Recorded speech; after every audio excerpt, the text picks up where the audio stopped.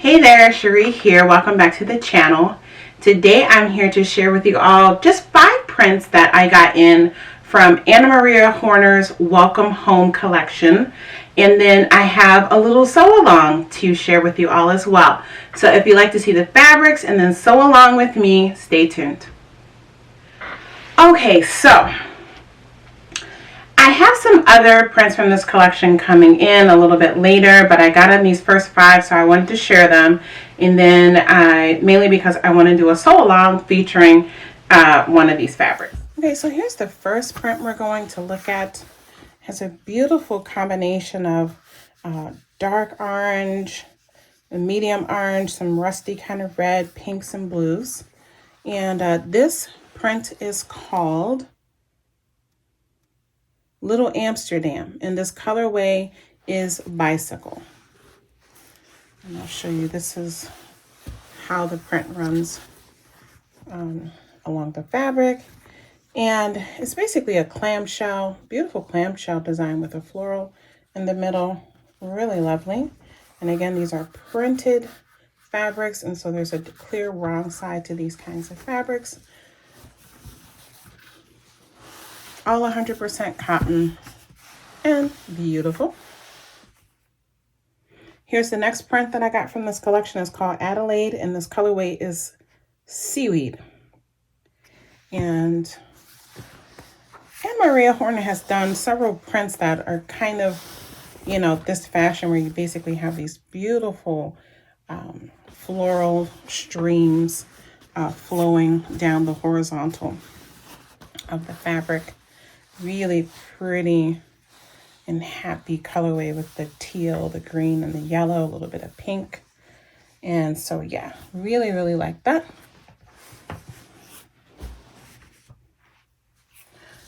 I got Adelaide in the aubergine colorway as well. Beautiful purples and pink with teal. Really lovely.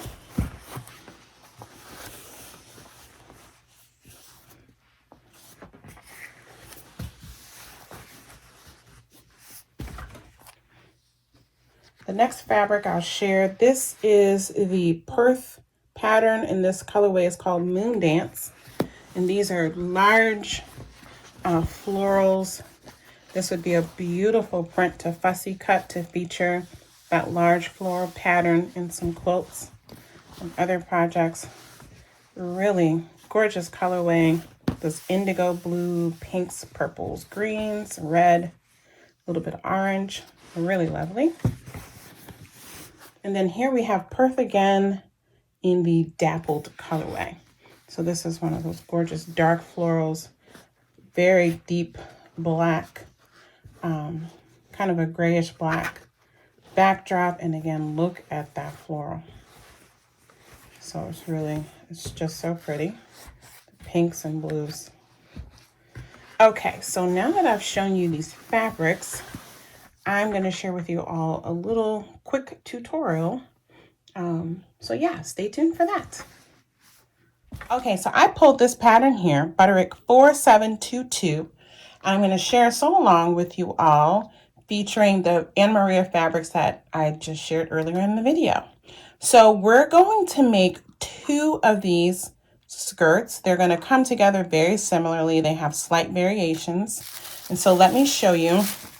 I cut out VUC, which is this one here, the 3-tiered skirt. I cut that one out in this red print, the floral clamshell. And then using this large scale floral print here, I cut out VUD. I cut out VUD. All right, which is, no, I cut out view E. So we're going to do the regular skirt with the single ruffle at the bottom, right? And again, they're going to sew along very similarly, but I'm just going to do them each separately just to showcase, mainly for anyone who is kind of new to sewing and you need to have the step-by-step, all right? And so let's quickly have a look at the fabric requirements here. These, of course, are cotton fabrics, but if you look here at the fabric suggestions, they're recommending border prints for view A, as well as broadcloth, lightweight cotton, lightweight poplin, and lightweight denims for views B, C, D, and E. And then it says here also for C, D, and E gauze. So we're going to use these cotton fabrics for this. And this pattern is a multi-size pattern. Sew up using the size 12 to 14, the 12 to 16 pattern rather. And I cut out the size 16 just for ease. If we look at the fabric requirements for the size 16, for view C, we need to have a total of 2 yards of fabric for this 45-inch wide fabric. And then for view E, we need to have 1 3/8 yards of fabric for the 44-inch wide fabric, all right? And so I already got these cut out. For view C, you have 3 pattern pieces that you are cutting on the fold. All 3 are being cut on the fold, okay, for the 3 tiers. And so you just pin your fabric, get that cut out. And then you're cutting 2 of each of the pattern pieces. So you have a total of 6 pieces that you're going to be sewing together. For view E, you only have 2 pattern pieces, and same thing, they are cut on the fold. You're cutting 2 of each of those 2 pattern pieces. So for view E, you have a total of 4 pieces of fabric that are going to get sewn together, all right? So we're going to start with view C. I'm going to put view E to the side. And so let's have a closer look here. The first piece that we're going to work on is the skirt top. And this is the front and the back. That's why you cut 2. So I went through, I pinned my fabric. Here you have a little dart that you can, I just usually clip mine. That's going to indicate where you line up the corresponding dart on the next tier. You have your fold line here, which is going to denote your center of the skirt, and you'll match that up with the center pieces on the next tiers. So I'm not going to press that fold line out. I'm going to leave that there for my marking. The upper part that doesn't have the marking is your waistband, and you can see here it's telling you your fold line. You can go ahead and put a little clip here on the side if you need to, or you can come back at the end after you've assembled to mark that so you know how to fold it down. I'm going to be serging the edges of this project, but if you don't have a serger, remember to just cut things with your pinking shears, and then you can always use bias tape to cover your seams if you want a cleaner look on the inside of your garment, okay? All right, so we're gonna get these pins out, and the step that I'm doing here is going to be the same for all 3 tiers, so I'm just going to show this once, okay? I'm using a directional fabric, so make sure that you are pinning your fabric together with things in the right direction if you are also using directional fabrics, so that when you're cutting them, things are not upside down. So we're going to open these up with right sides facing, and we're just going to go in and pin these. And I'm just going to mention here, you can pre-wash your fabrics. I'm not doing it on this, obviously, because this is just for show and tell here. But you can pre-wash your fabrics to reduce your shrinkage. Wash it, dry it, how you're going to care for the final garment, and then iron it really good, and then you can re-press in your center seam, okay? And so yeah, I have this pinned, and I'm going to go ahead. I'm going to go ahead because sometimes if I do the pressing after I serge, I lose that center seam. Though I'm not going to, but I'm just going to go ahead and just do a little mark here so I can mark the center, okay? After I told you that I wasn't going to. I saw here it had a second fold, and I don't want to get confused. So I went on and put the mark in there. And what I'm going to do is I'm going to sew right down this side here, 5/8 inch seam allowance, and same thing on this side, okay? And I'm going to go ahead and prepare the other ones as well, and I'm going to sew and serge them at the same time because the tiers are different sizes. The fabrics are different lengths, so it's not like I'm going to get confused. So this is the top. This is the middle segment. And you can see here, there's our marking at the top. That's going to correspond to the marking here at the bottom on that top piece. Okay. And there's a marking here for the sides, but we're going to pin it right here so we're going to know.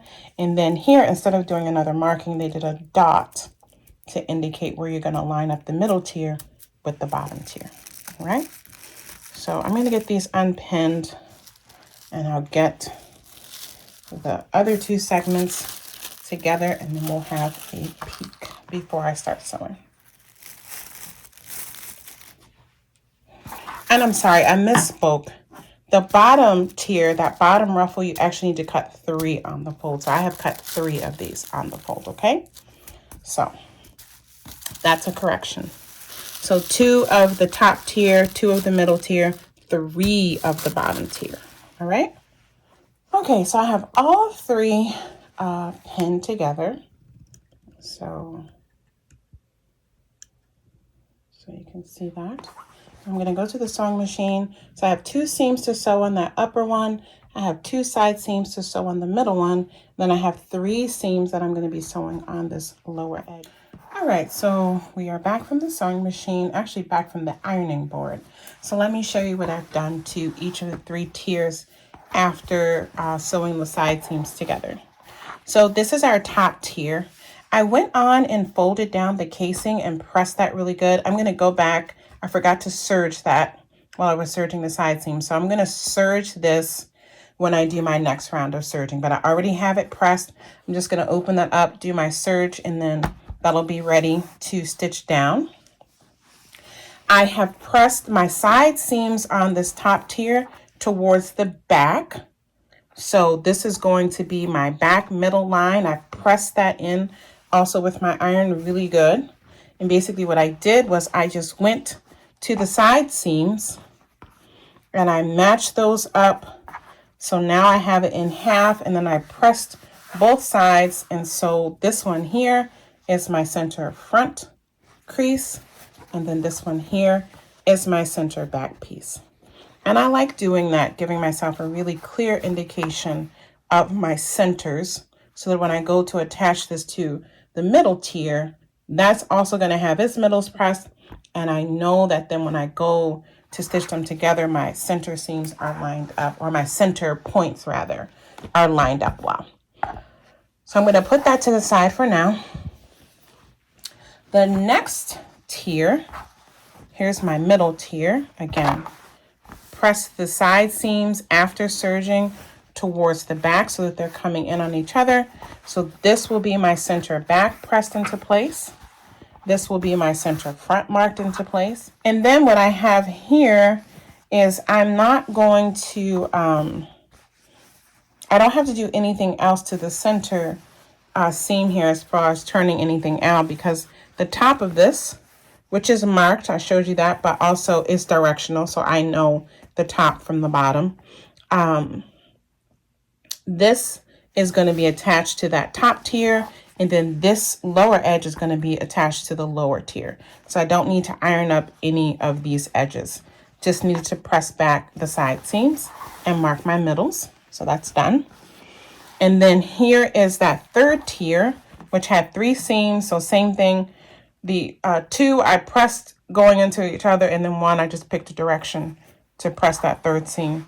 I've gone on and finished the hem while I was at the iron, and then I folded it up 1 inch, and then I tucked that under and pressed so that the serged edge is also covered. I didn't need to serge it, but I was already at the serger. And then once I got to the iron, I was going to leave it, but I tend to like to have seams double folded. Hems double folded.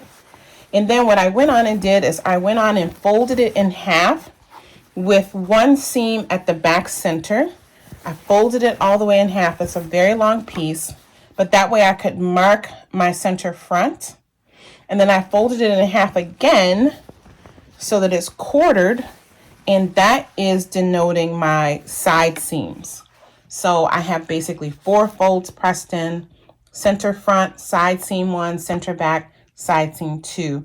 And that way I know that when I go to gather this and distribute it, I am distributing it evenly. That's how I like to do my gathers.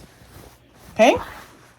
So now what I'm going to do, I'm going to go ahead, I'm going to stitch this hem down since it's already pressed.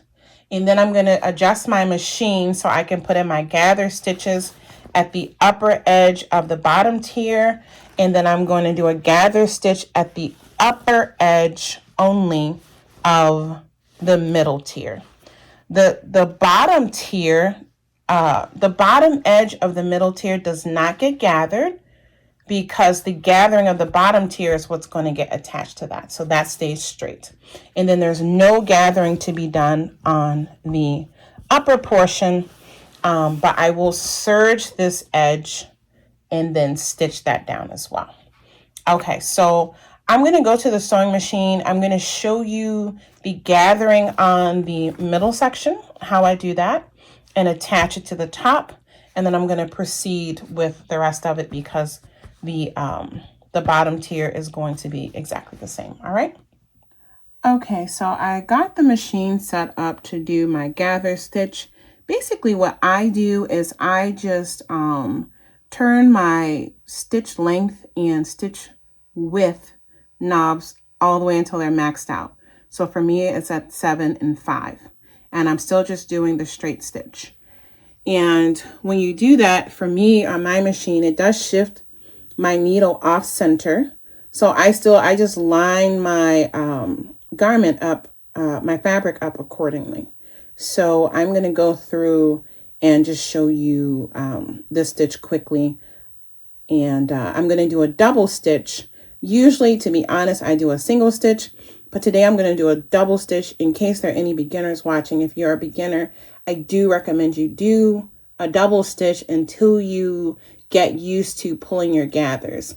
If you do a single stitch, sometimes you might pull too long and you'll break your thread, and then you got to go back and start all over again. If you do a double stitch, typically you'll break, maybe one of the threads, but not 2. But when you're pulling on 2 threads, in my experience, I've never had them break. But yeah, so let's do that. Again, making sure that you're doing the top edge of this middle section and not the bottom edge. The bottom edge does not get gathered. So I'm going to do this gathering stitch a little bit differently than I often do. I'm doing this mainly for my beginners, but this works great for anybody, and especially if you have really long gathers to do. This is actually what I'm going to do for that bottom tier since it's super long. I'm going to do my gather stitching in quarters. So remember, I have my seam, my center point for the back and the front pressed to indicate that. So I'm going to start at one of these center points, and I'm going to do this stitch until I reach one of the side seams. And I'm about a 1/4 inch from the edge of the fabric. So this is the center back. I'm going to go, and I can tell that because that's how I press the seam to the back. So that's the center back. I'm going to go just until I catch that seam, needle side down.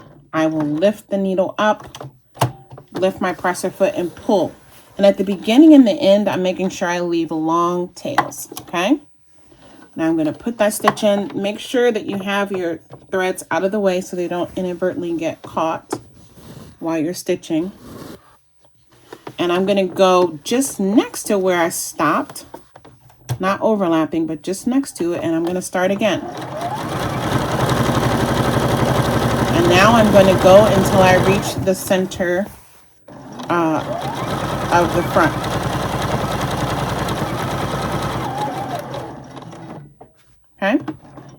lift your needle up, lift your presser foot up, pull out, leave a nice tail.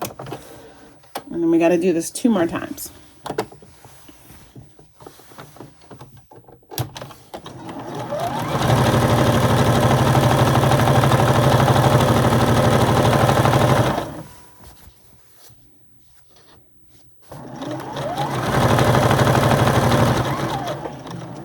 And if you've serged, it's a good idea to just cut those serger tails off before you do this so they don't get twisted up with your threads also. So same thing, I'm going to catch that side seam and then I'm going to stop.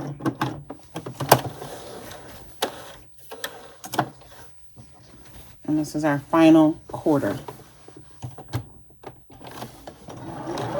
And so we should be back at the center back right now.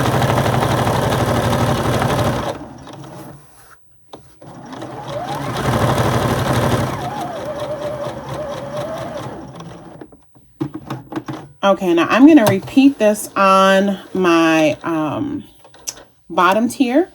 And again, the reason that I do this is for 2 reasons. First of all, when I do my gathers, I can gather them and make sure that the gathers are evenly distributed if I work in quarters. And then the other reason is that if I break the thread, I'm not breaking the whole thread, I'm breaking it in that section. And so then I can go back and redo the thread in the case that I accidentally snap my thread while gathering. And then to gather, you just grab one thread, the top of the thread, and you just kind of slide the fabric down the thread to gather. And I'll show you at the cutting table, okay? All right, let's get back over there and start assembling the skirt. Okay, so we're back at the cutting table. You're gonna need some pins. And I'm gonna move, this is the bottom tier, move that out the way. I've already, like I said, stitched down my waistband.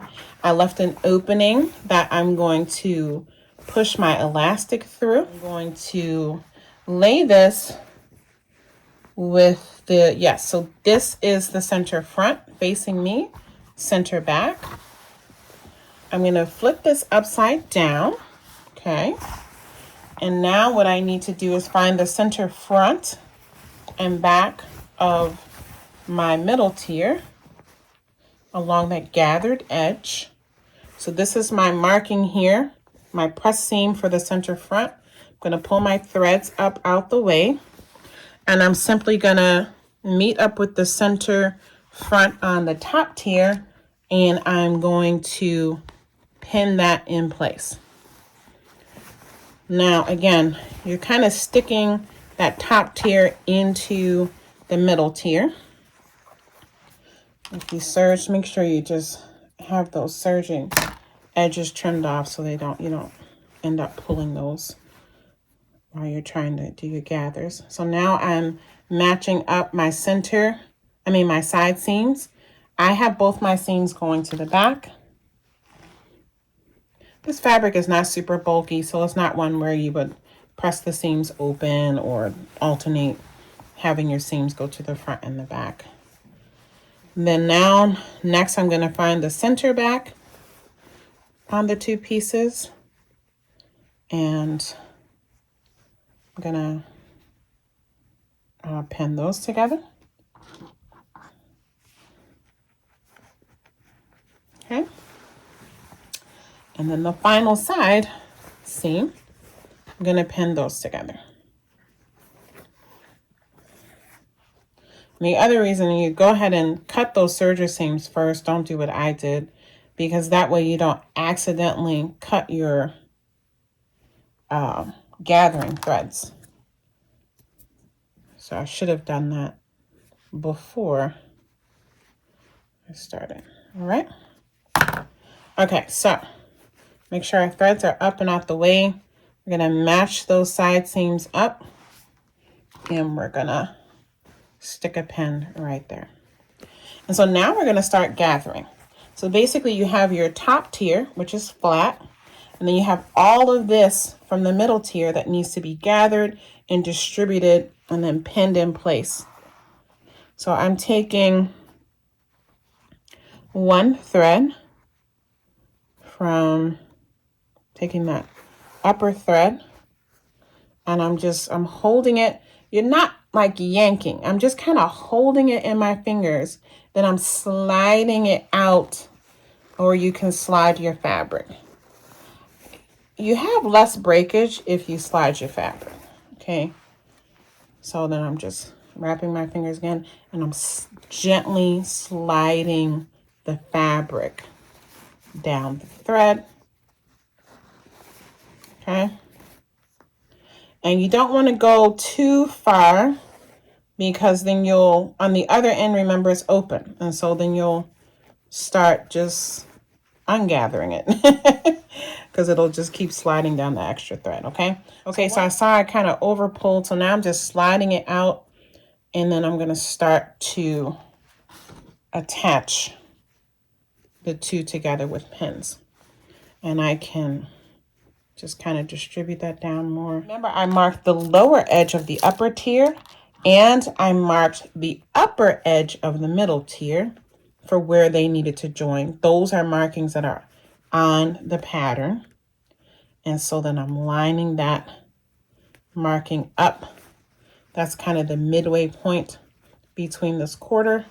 And then I'm distributing the rest, and I'm pinning it. Okay. And then over here, it seems like I have to pull a little bit more.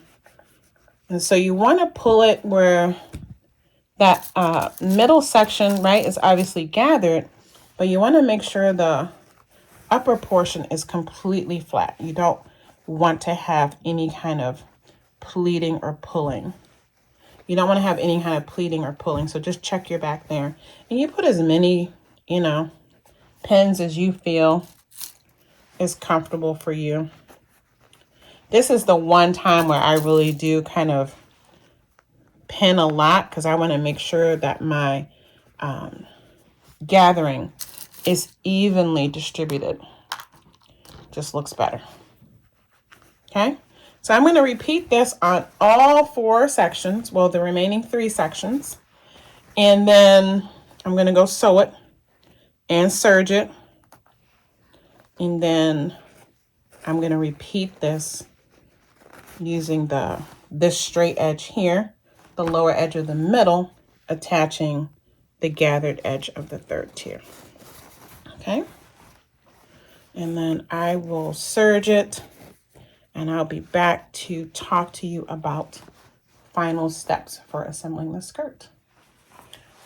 Okay, so I have the middle tier attached to the top. Now I'm going to attach the bottom tier to the middle tier. And then once I get those sewn, I'm going to go to the iron. I'm going to press this seam really good. And I'm going to press the seams up towards the flat part, right? So this is going to be ironed and steamed down really good from the wrong side and also from the right side. And then as a finishing, when I do the elastic, I'm going to top stitch all along here as well. I'm going to come in I'm not going to do stitch in the ditch. I'm just going to come, maybe like a 1/4 inch, 1/8 of an inch up, so that I'm catching the seam. And I do that because I feel like, again, when you wash it and just when you wear it, it just makes everything look a bit neater than when you don't finish that seam. And then, it's just my preference. That's not a step that you have to do. It's not a step that's included in the pattern directions, but it is something that I do.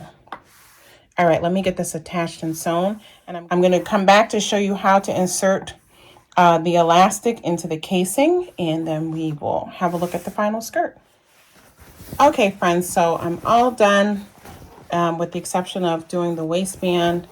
You can see here we have our beautifully finished hem. All our seams are nicely finished, nicely lined up, serged. And then also here, if you look at the outside, I've come in, I've pressed that really good, and I have done the top stitching. Okay. Now I'm going to find the opening that I left at the back of the waistband casing. Okay, so now what I'm going to do, I'm going to find this opening that I left in the back of the waistband casing. It's about 1 inch. And you can see here, that's the opening. I have my elastic cut. You can follow the elastic measurement according to the pattern for the different sizes. If you are sewing this for a child that you know, you can cut your elastic according to their waist measurement.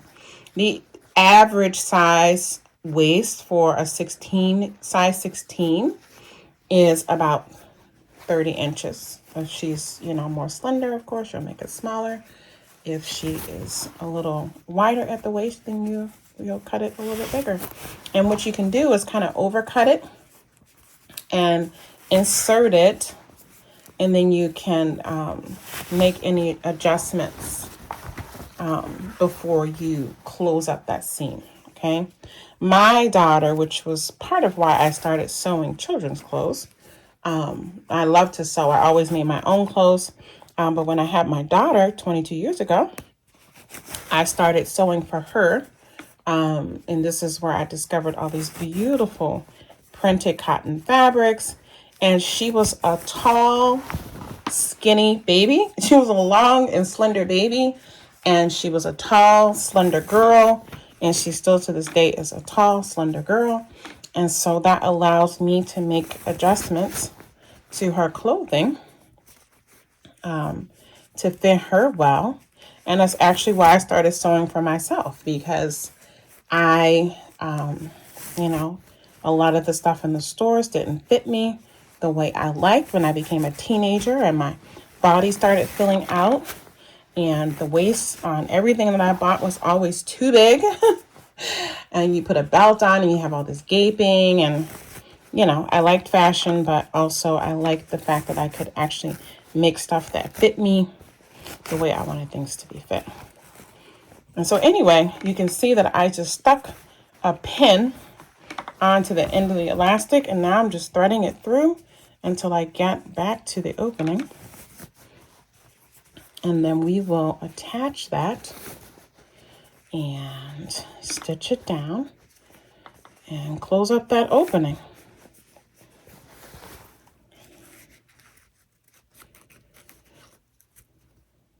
Okay, so I got it pinned together. I'm just going to slide it through. And this is where, when you have it pinned, you can carefully kind of just tuck that under. And you could have the child carefully try it on. What I like to do is wrap the elastic around their waist first before you insert it, and, have it on there, loose and comfortable, because remember, they have to pull it up over their hips. But again, you can also just use the measurements that are, the pattern comes with an elastic guide. Okay. So I'm going to put a pin in here, and then I'm going to actually stitch this here. I'm going to stitch this here and then here, but then the elastic is more flat. So that's how I like to stitch it. Now it's a little bit more cumbersome getting that up under the machine that way. You're going to need to pull, your elastic back out and then stitch here and stitch here. All right. All right. So I got that inserted. I closed up my stitching. Just trimming off these 4 threads.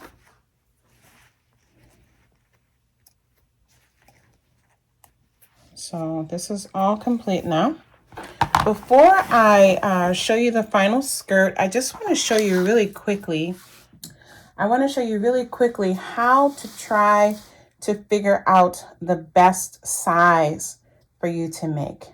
Now, if you're new to sewing, you might not realize that sometimes the standard sizes that are listed here, they're not really equivalent to your ready-to-wear store-bought items. Okay, so with a project like this, you don't have to be super concerned about the perfect sizing, because it is so loose fitting and you have the ability to adjust the waist by using different elastics.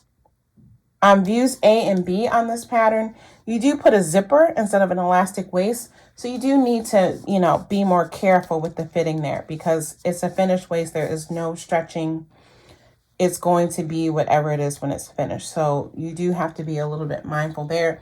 That would be something I would say, come as close as you can. And if you can, do a try on or measure it before you finish up the seams to see if you need to bring that in some or not. All right.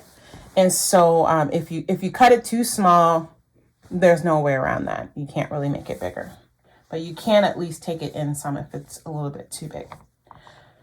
Okay, so now what I'm going to do, I'm going to measure this to see if that length is what the pattern said the finished length should be. And let me make that bigger so you can see it. So yeah, it's 23.5 inches. And again, if you needed it to be shorter, you know, if your size 16 girl is a little bit shorter, I would just make the lower edge shorter. If you're coming in several inches, I would just cut it, leaving yourself a 1 inch area to hem. All right. You could also go to the next size down if they're shorter, because this is such a full skirt. Sometimes you're dealing with children who are, you know, they're a little bit bigger than the pattern according to the size, but they are, you know, petite, they're shorter. Sometimes they're taller. So again, you can make those adjustments with your different tiers, or you can just size up or size down and make your adjustment at the waist. All right. I'm going to, instead of showing you the sew along for the other view, because I ended up going into great detail for this one, this is going to be no different. It's basically like doing just the upper tier and the middle tier, okay, without doing the bottom tier. So I'm going to get this sewn up just so I can show it to you at the end, all right? Okay, I know I said I was just going to show the skirt when it was finished, but I realized that I didn't show me doing the sewing portion of the attaching of the gathered edge to the flat edge. I showed you how to pin it. Now I'm going to show you how to sew it. You're sewing this also with a 5/8 inch seam allowance. I got it pinned really nicely. I'm just going to do a quick back tack. And you're just going to take your time sewing all the way around. Remember, when you're sewing, remove your pins. Don't be like me and sometimes sew over them. They can break. And you don't want any flying sharp metals, you know, sharp pieces flying around. Can poke you in your eye. That's no fun. Plus, it's just not good for the machine. It can, especially with these computerized machines, it can throw your timing off. So you don't want to do that. Just take your time. To be honest, if I wasn't filming, I'd be zipping through this. But I'm just going to take my time. You want it to be nice and straight. And I'm just kind of using my hand on the underside to feel as I sew to make sure that there's no puckers and that the fabric underneath is nice and flat. Because you only have the gathering in the portion that's facing up to you. Okay? So we're just going to go all the way around till we connect and close out our circle. And then we will backstitch. And just gently, you know, shift it as you're sewing, making sure that you don't have any fabric twisted up. And if for some reason you end up with a weird pucker, just use your seam ripper, take that portion out, re-spread out your gather, maybe put some extra pins, and continue. If you're really new to sewing, you could do a basting stitch to attach the two layers of fabric, and then have a look at that, make sure everything is lined up, and then do your stitching, and then remove your basting stitch. Okay? Just a couple little tips, but it's just one of these things. You know, when you're new to sewing, it's, you know, it can feel a little uncomfortable sewing a gathered piece to a flat piece, but with some experience, you will get used to it. And I'm telling you, I love a ruffle on little girls' clothes. I will add a ruffle to everything. So, and they have ruffling foot attachments that you can get for your machine. I personally prefer the look of a hand gather ruffle. Sometimes the ruffles that you get when you're using those feet look a little bit more like pleats. And they can look nice if you have like a really big full ruffle. But for these kind of flared ruffles, I don't know. I personally prefer the look of a hand-gathered ruffle. But, you know, everybody's taste is a little different. And sometimes they can be easy to do. They can be easier to do. So, yeah, this is something to look into if you have a machine. You might even have a gathering foot that came with your machine, or if you have like a pack of different sewing machine feet, you might actually already have one, so you can check that out. And it's certainly something, most sewing machines, there is some kind of ruffle foot attachment that is available. All right, I'm going to finish this up. I'm going to serge this raw edge, and I'm going to do the same thing. I'm going to press this seam up towards the top layer and then do a top stitch and put the elastic in.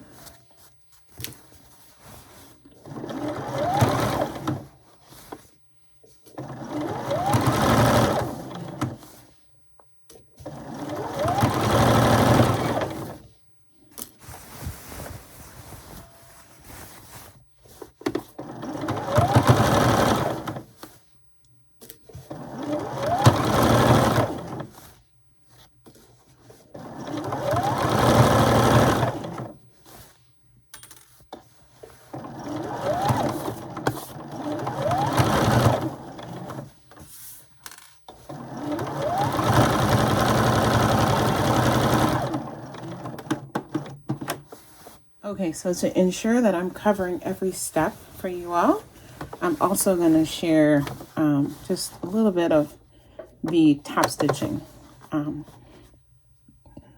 For me, I like to use my presser foot as the guide for my stitching, and it's basically going to catch the tip of the serged edge that is pressed up on the underside.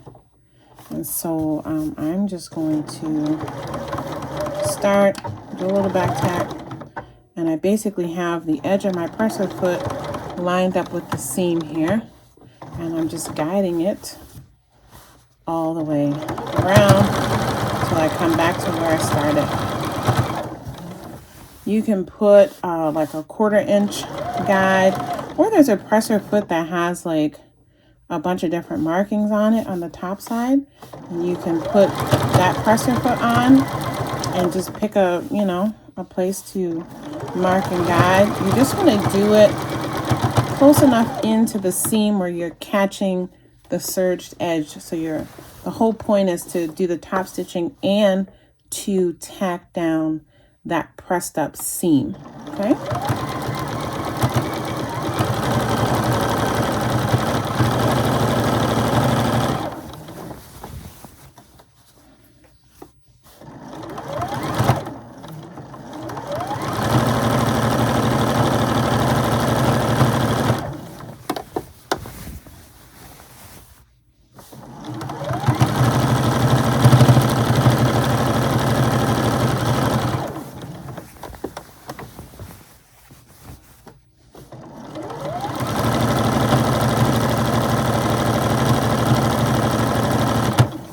And on this, I didn't remove my free arm because the skirt opening is so wide.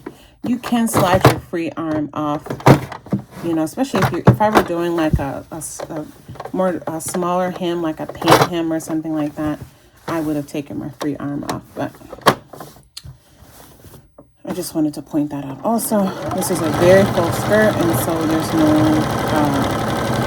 need for me to do that, but you know, you can take yours off if you want to, and if your machine has that capability. Okay, we're almost back where we met up. Just go slow. You don't want this to be sloppy looking and not reconnect nicely, so just take your time when you get there. Do your back tack. And I like to do this I like to start like close to a side seam or something, not like in the center.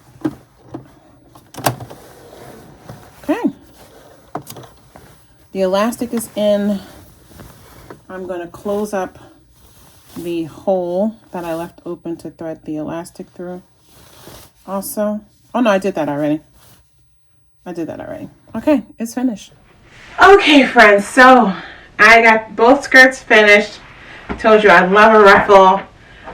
This dress that I made for myself, I even added a ruffle at the neckline. I love ruffles. And I especially love this style little girl skirt. You know, these are referred to sometimes as peasant skirts. They are just very easy to wear and a really great option for cotton fabrics. So this first one here, remember they're both size 16. This first one here is about 23.5 inches long. This second one here, view E, is about 20 inches long. And yeah, easy to put together. I did these just to be, you know, simple, using the same fabric for each skirt. You could use 3 different fabrics for this 3-tiered skirt. You could use 2 different fabrics for this skirt to make it really fun. The other option on there, I think, is basically made the same. I think it's view D is made the same way as view E. It just even has an extra ruffle, a shorter ruffle, and that is really cute. That was the one I was thinking about making. Yeah, I'm gonna make that one at some point too. But these are super, super cute and super easy. Doesn't take a lot of fabric. If you are a quilter, it's a great way to use up extra fabric that maybe you've bought and you just haven't put to use yet, especially if you use multiple prints in your skirts, right? It's a wonderful way. If you bought 5 yards of fabric for a backing and you got a 1.5 yard piece sitting around, combine that, mix and match, and make some really fun multicolored, multi-tiered skirts. All right, and so yeah, this wraps up this video. I thank you so much for joining me. I'll end with some clips of the skirts on the inside and the outside, but in the meantime, I hope that you had some time today to create something beautiful for yourself, for your home, or just for someone that you love, right? Thank you so much for joining. I'll see you back here on the channel again soon. Take good care. Bye.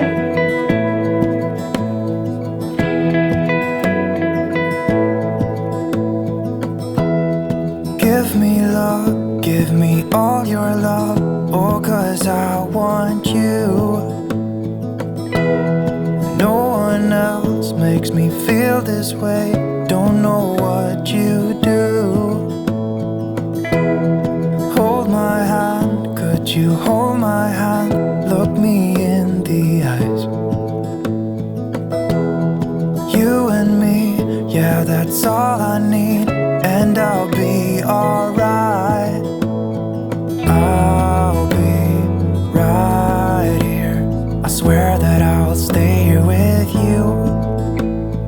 Hold me closer, I wanna stay here with you. All that we have is each other now. I promise I won't leave your side. Be who you are and you'll be enough. If you're giving me your love, giving me your love. All that we have is each other now. Promise you won't leave my side. I hope who I am is enough for you. If I'm giving you my love, giving you my love, love.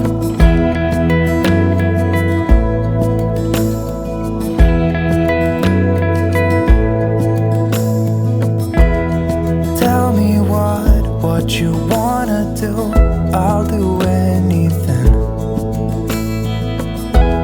As long as I can be here with you, everything's alright. I'll be right here, I swear that I'll stay here with you. Hold me closer, I wanna stay here with you. All that we have